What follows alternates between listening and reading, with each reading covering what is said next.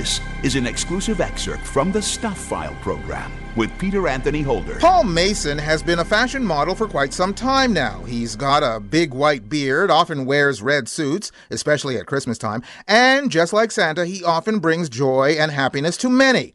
Paul is known as the Fashion Santa, and he's here to talk about his amazing career. Paul joins us via Zoom from Spain. Hi, Paul. Hi, Peter. How are you doing? Just tickety-boo. Thanks for being on the program with us. Now, this all exploded for you as Fashion Santa, I believe, around 2015. Now, you already had a very successful career as a fashion model, but how did becoming Fashion Santa change for you? Well, prior to 2015, I was living in New York, and as you mentioned, I did have quite a good career there. My mom was diagnosed with cancer. I moved home. Eventually, unfortunately, she passed away. And in my grief, I just stopped shaving. So the idea of Fashion Santa kind of came out of a sad moment, but yeah, so that's how it started. And now, through the success of Fashion Santa, her legacy will live on for as long as I am doing it. But the thing that's very exciting about this is not only have you created this aura of being Fashion Santa, but you've done it in a way that raises money as well. Yeah, see, that's the thing about this character, that when I started, I was like, I think the old, I'm not trying to compare myself, or I'm not trying to compete with Saint Nick or Jolly Saint Nick or Santa Claus. It's just a character that is sort of like modern, kind of like 2.0. A little bit. I don't make toys, but I want to bring awareness to initiatives and causes and various charity elements like that. So you could say it's like more of a modern day Santa giving back this way. When you first started working as Fashion Santa, were you actually surprised by the reaction you got from people?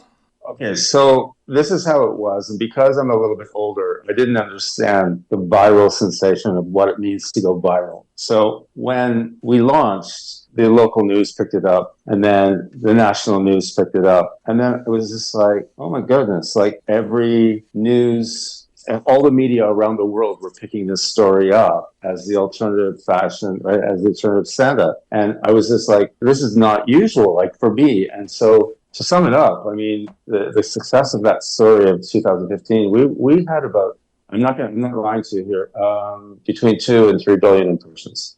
Wow, that's very, very impressive.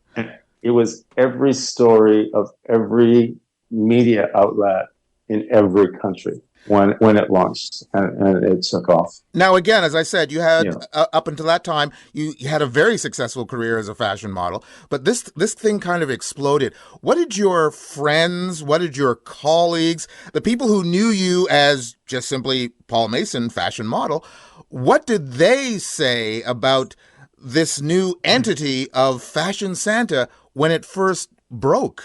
It's a very good question, because I don't get asked this question very often, so thank you.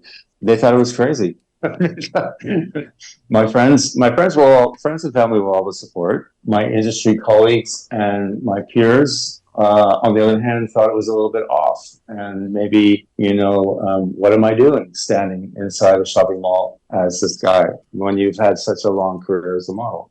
But, I'm kind of ferocious, and I believed in the character that I created. And I've been in advertising long enough to know that there probably could be a niche for this kind of new Santa Claus, or new Santa 2.0, whatever. You said you believed in the character, but here we are now, almost a decade later than when you started this. Did you anticipate that Fashion Santa would be a long-running thing, or just hope that it would? Well, when it was launched, this is the thing that a lot of people may not realize, but when it was launched in 2015, but there were some legalities following the success of Fashion Santa, which took about 2 years. So then we went into COVID. So it's been a challenge from the moment that it launched to where we're at today. So I'd like to think that I'm just getting started, because, I've had a lot of blockades or just obstacles in my way to make this more successful. But it is truly true. I mean, it's very, very popular. on a global level, actually. Now, as you did mention, it's all over the world. Are there, and it started basically in Toronto, basically at the Yorkdale Mall. Where does Fashion Santa, in your estimation, have his biggest audience?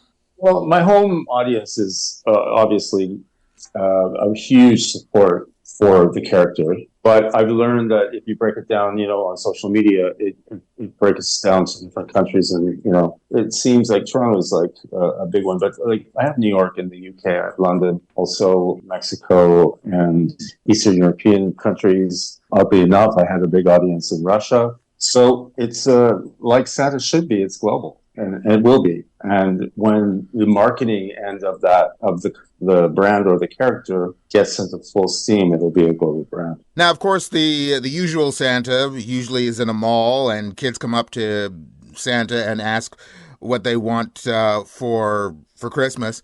When people see you and they recognize you, what do they say? What do they ask? And I'm assuming, for the most part, it's adults. Yeah, well, I am totally the adult Santa. If I'm in a situation in a shopping center or something, it's a big point to not place me closer to anything children related, because it's just too confusing for them to see me in red and with a big white beard, and not because they're brutal. I mean, children are very honest, and so I've done a couple of events with the Boys and Girls Club of Miami, for example, and I've gone into that environment, and they're just brutal. Like the kids are just honestly brutal, and asking me, "Why are you skinny? Why do you do this? Why do you?"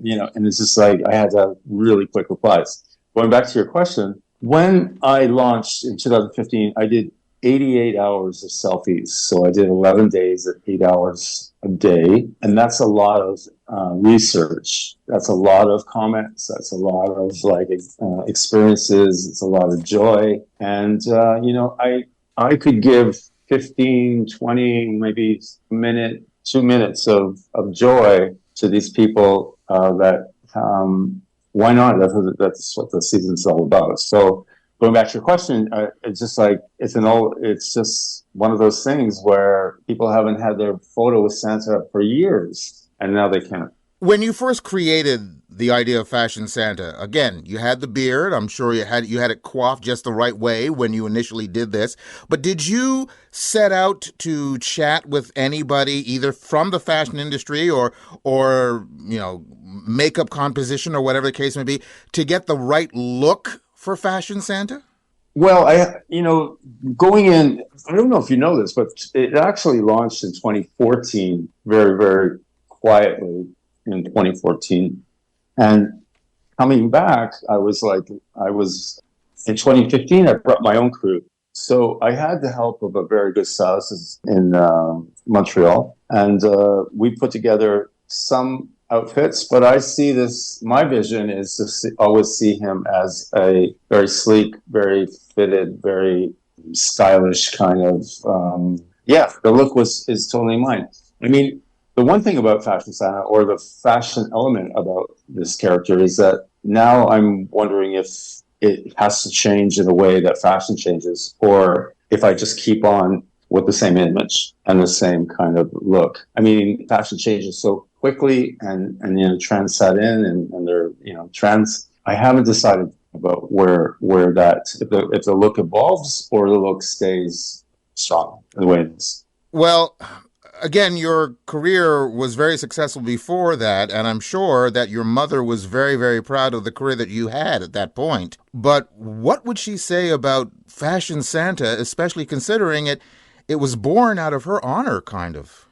Yeah, it's a funny thing. I don't know what she would say, to be honest. I'm sure she would be very happy. I think it's the driving force and the momentum behind what I do. So everything that I do going forward, again, is to cherish and celebrate her.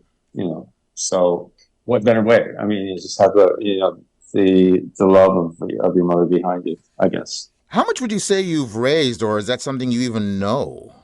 I don't know the figure. I know that, again, when I do launch like merch, or when we're going, everything will be associated, like anything that's going to be merchandised will have an element of a charity component attached. So again, as I have to say, I'm just getting started, and I really don't know the numbers. I don't know the numbers, and now I've now teamed up with another initiative called Save a Child's Heart. So this is another charity initiative that is really dear to my heart because, pardon the pun, but I had open heart surgery when I was 4 years old. These kids are having heart surgery 6 months to 18 years old, and I locked into a great initiative. And so we'll see how much. I have no figure for it. We're calling you from Barcelona, and is this a place where you're just working? Do you live in Spain now, or where is home base for you normally? Is home still Toronto? Yeah, Toronto is still my home base. I'm looking to get back to New York because New York is primarily my home. I mean, that was my home for 17 years. So to get things done at the moment is Toronto, and the season is coming. There's pieces coming together already. I am in town in Barcelona to do some bit of business, but for the most part, I'm here on vacation. Okay. Well, congratulations on all that you've done and all that you continue to do. You mentioned just recently a charity that is near and dear to your heart, literally. What is the name of that charity again? It's called Save a Child's Heart, and it's a non-for-profit that primarily kids all over the world that cannot get cardiac surgery to change their lives. They will take a child and fly them to Israel, do this surgery, the mother and the recovery, and change the child's life. Well, again, it's amazing work that you do. And Paul, I thank you very, very much for taking the time to be on the program with us. And I will answer the question for you. I don't think anybody has to guess the answer. I think your mother would be extremely proud of what you're doing. Well, thank you so much, Peter. That means a lot. Thank you. Fashion model Paul Mason, better known as Fashion Santa. Now, there is a man with a good heart. You can go to my website at thestufffile.com to the page for this show, which is show number 0725, and you'll find links to Paul's site. And speaking of good hearts, you'll also find a link to the cause that Paul works so hard for, called Save a Child's Heart. You've just heard an exclusive excerpt from the Stuph File Program with Peter Anthony Holder. To hear any or all of the full hour-long shows, visit thestufffile.com. Stuff is spelled S-T-U-P-H. That's thestufffile.com. A presentation of Flying Fish Communications.